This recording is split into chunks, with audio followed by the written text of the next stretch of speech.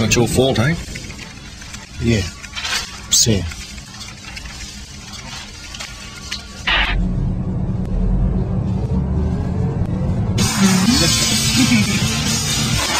You always drive us fast?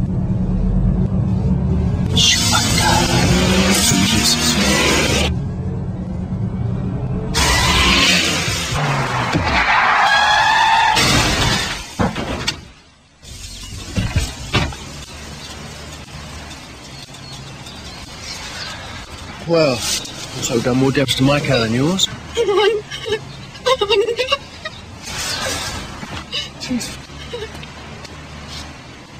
Mommy! Call an ambulance! Do something! Hi, you. Hi, how'd it go? Yeah, it went well.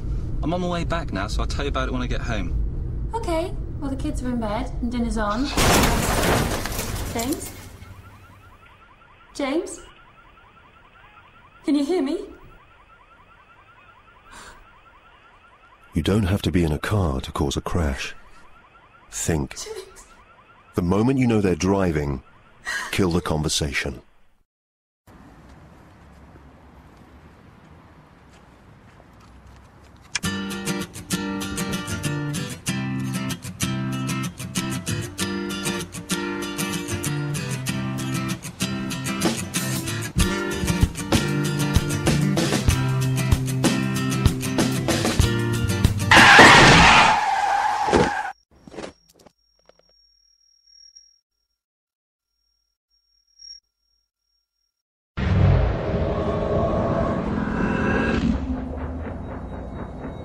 This motorcyclist never knew what hit him.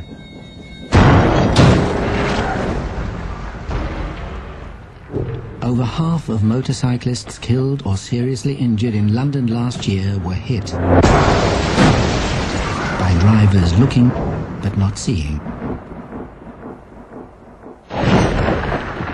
Riding defensively gives you more time to see and be seen. Look out for the driver that didn't see you.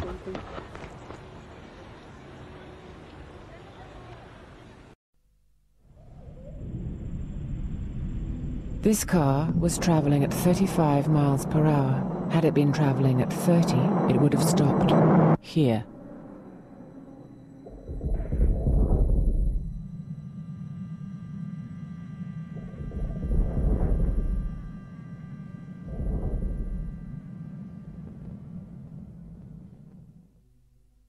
Think.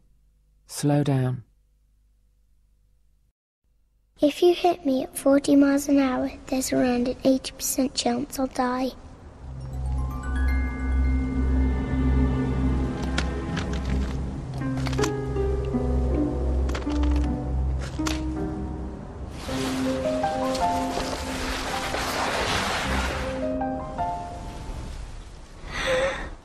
Hit me at 30 and there's around an 80% chance I'll live.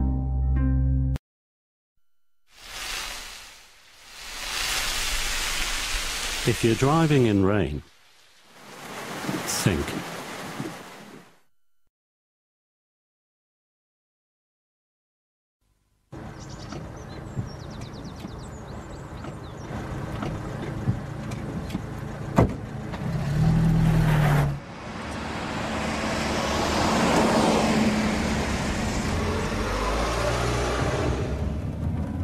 Like most victims, Julie knew her killer.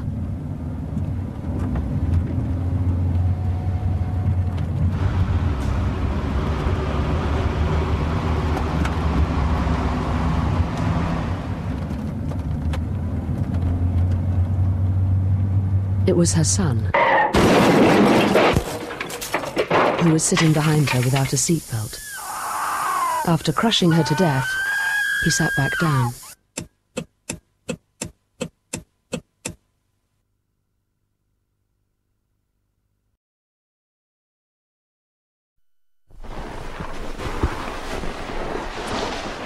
If you're driving in snow, think.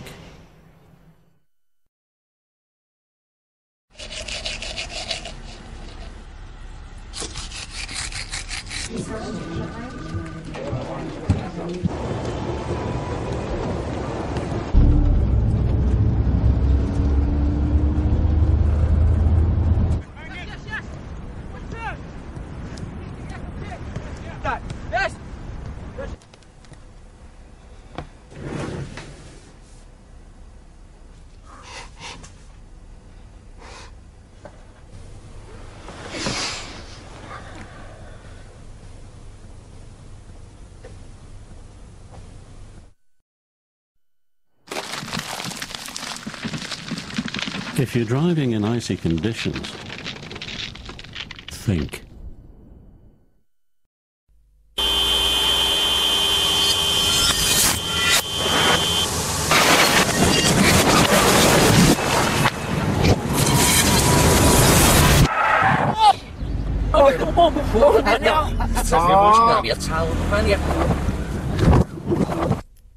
If you could have another chance, what would you do differently? They give me the wrong pizza. I got pineapple on this. Sick, man. I didn't order it. Did I?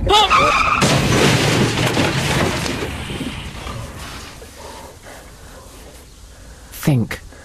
Always wear a seatbelt.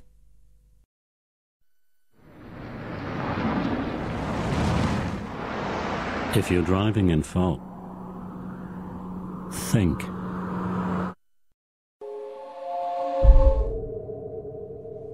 My name is Dr. Gareth Davies. I'm a consultant in emergency medicine and the senior doctor with London's Air Ambulance, a helicopter air ambulance that is dedicated to trauma.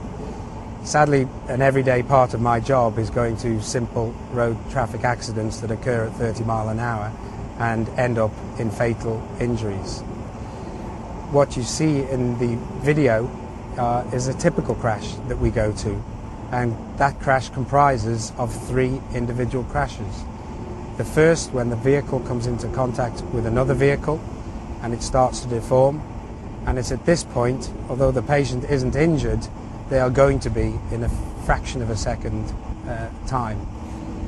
Many people think that once they have a crash they may be able to brace and protect themselves from it, but quite simply, in the beat of a heart, that whole event is over. No one has a chance to prepare themselves, to grip the steering wheel or brace themselves. The second impact, quite simply, is the body coming into contact with the car. That's usually in the form of the head hitting the windscreen or the chest hitting the steering wheel.